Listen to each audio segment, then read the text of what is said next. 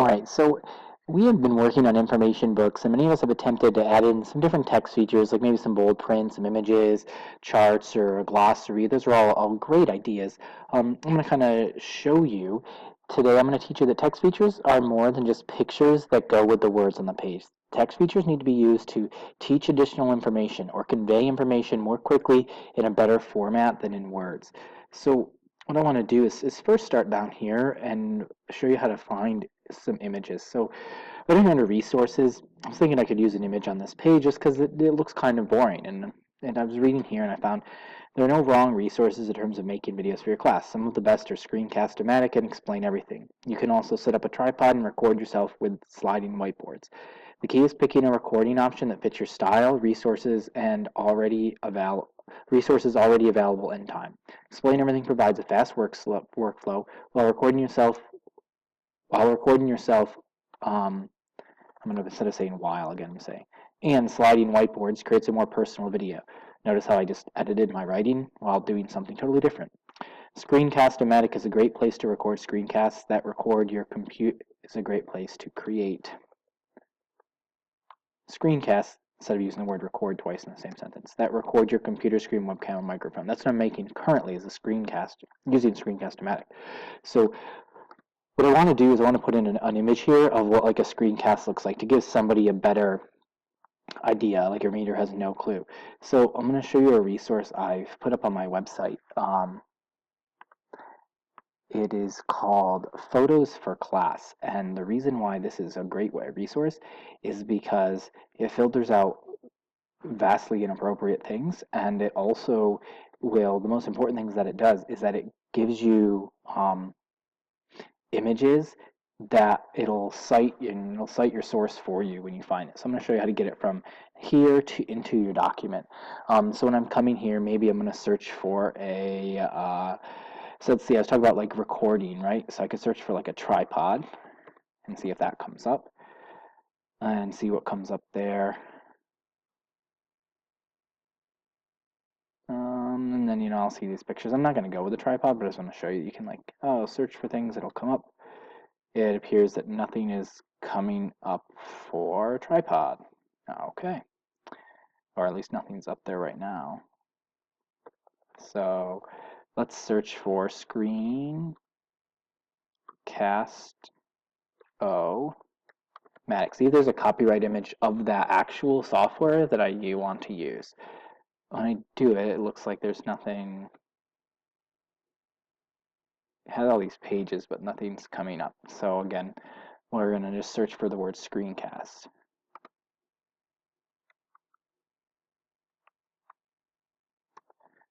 Up here, we're going to find photos. We're going to wait. There we go. So this one found some photos. So you're going to find that some of your searches don't come in. And right down here is the picture that I want to use because you can see someone's using the web camera. This actually looks like it's from a website called How to Screencast, and it's like a picture showing you how to do it, which might even provide extra information for someone who is like, oh, maybe they'll go find this image and they will use it to create their own screencast. They use this information, which is different from what I wrote. So that's great. So I'm going to click on download. It's going to download it into my download folder. I downloaded it twice. So this automatically goes into my download folder. You can tell where that's at by hitting show in folder using Google Chrome. And you can see it's in my downloads. And here's the name of it. So I will be able to come back to here and I can go up to where I want it. I'm going to put it right after this part. I'm going to hit insert and I'm going to do an image. I can take it right from choose an image to upload. Here we go. And I go here to look over my libraries. I think it's up. Downloads. And if you sort by date modify, you'll see it right there at the top. So it's these images here. And what you do when it automatically downloads is it creates this file that has a citation right in it. So once this finishes uploading, it'll have the citation already done for us for this image. And that citation will allow, because this image is relevant because it shows a screencast, but it also provides additional information as to where someone could go to get in a screencast and do their own screencasting. I'm not sure what's taking so long. I'm going to pause the screencast while this uploads. All right, sorry I was having issues with getting this image uploaded. Once I hit upload, I just picked it and put it in here. So it seems like I was having technical issues on my device and I can't close the browser now. But what I'm going to do is when I do this, I want to actually wrap the text around this one.